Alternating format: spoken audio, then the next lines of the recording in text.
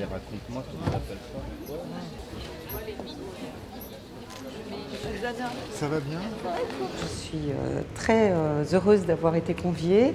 Je trouve que ce genre d'initiative est indispensable dans le système français et européen et qui plus est extrêmement bien organisé. Ce qui est très intéressant dans ces rendez-vous donc de la sélection, c'est d'avoir la possibilité de rencontrer des auteurs très en amont, dès les premiers stades d'écriture et de développement. Imaginez une petite île perdue au milieu de l'océan, un petit village. C'est mercredi et c'est jour de marché. On est aujourd'hui en Pologne. Anna est metteur en scène de théâtre. Olivier a 40 ans, célibataire, sec comme une souche, le regard noir. Ça se passe aujourd'hui dans un lieu unique, une cité.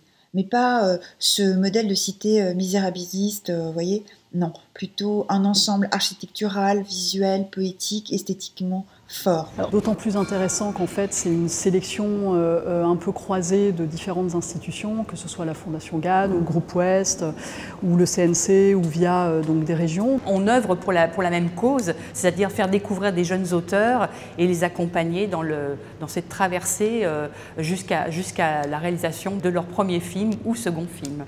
J'ai trouvé que la palette des projets présentés était plutôt intéressante et assez éclectique, avec manifestement aussi une attention portée aux genres différents. Voilà, il y avait des comédies, il y avait des films peut-être plus drames sociaux, des films de genre, un film d'animation. Le lendemain, il se réveille avec une véritable tête de vache à la place de sa tête d'homme. Une tête de vache aussi vraie que nature, blanche, avec des taches marron qui lui donnent un air sympathique. Alors d'abord, il n'en croit pas ses gros yeux globuleux. Il s'observe dans le miroir, ses naseaux humides, sa grande langue râpeuse de la taille d'un pied. Il se découvre une grosse voix caverneuse. Et ce que j'ai trouvé absolument fascinant cette année, mais vraiment fascinant, c'est qu'en une matinée, on a eu vraiment le sentiment d'avoir une photographie de l'état de la société. Sur la ZAD, Myriam, elle se bat contre la construction d'un barrage pour alimenter une centrale nucléaire.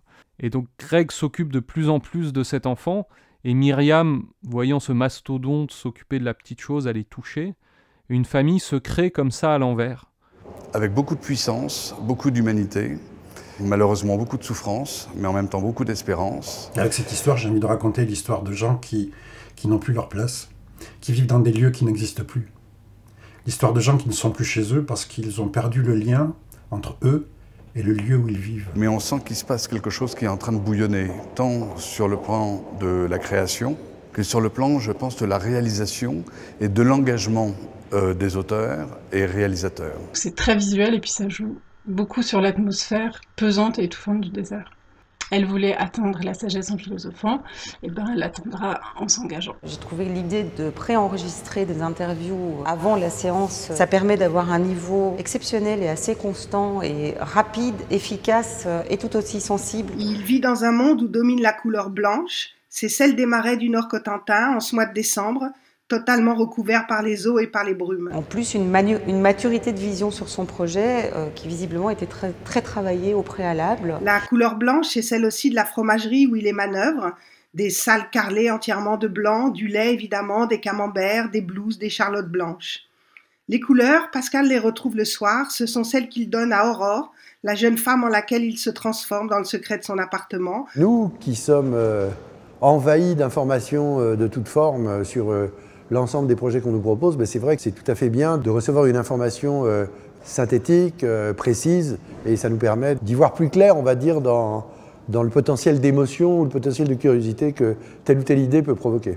Louis XXI, c'est donc un drame, avec des personnages hauts en couleur et avec de l'humour, parce que Louis est un ado comme les autres. Lucien ose poser une question à Samuel qu'il turlupine depuis un long moment. Il aimerait savoir comment devenir officiellement le vrai frère de Martin. Donner l'envie par le sujet, mais aussi par une personnalité qui tout d'un coup amène une énergie qu'on n'a pas à l'écrit. Un soir, sa mère le surprend dans la grange en train de danser.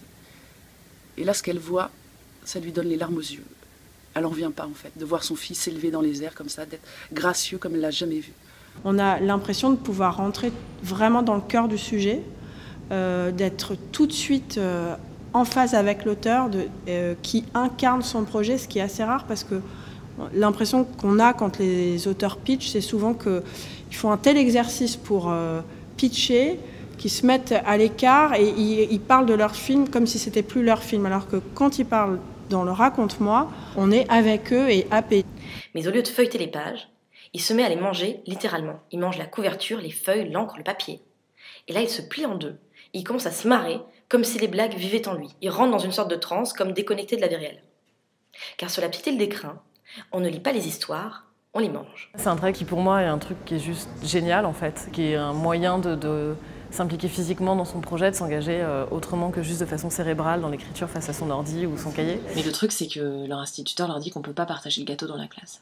En fait, c'est interdit par une circulaire européenne. Ça a aussi été un moyen de développer notre scénario, de développer le contenu de notre projet et d'aller dans des directions où on n'était pas encore en train d'aller. Ça a aussi eu un effet accélérateur de particules du projet, quoi. Ce qui était super, c'est que les auteurs, de leur côté aussi, nous choisissaient, choisissaient des producteurs qu'ils avaient envie de rencontrer, ce qui nous permet de rencontrer 6 personnes sur la journée. Donc aujourd'hui, je suis hyper heureux de me dire que j'ai envie de repartir vite dans mon histoire parce que ce que j'ai appris, ce que j'ai ressenti, ce que j'ai donné à raconter, c'est quelque chose que je veux coucher sur papier et que je veux développer. J'ai envie de dire à l'année prochaine. Ouais.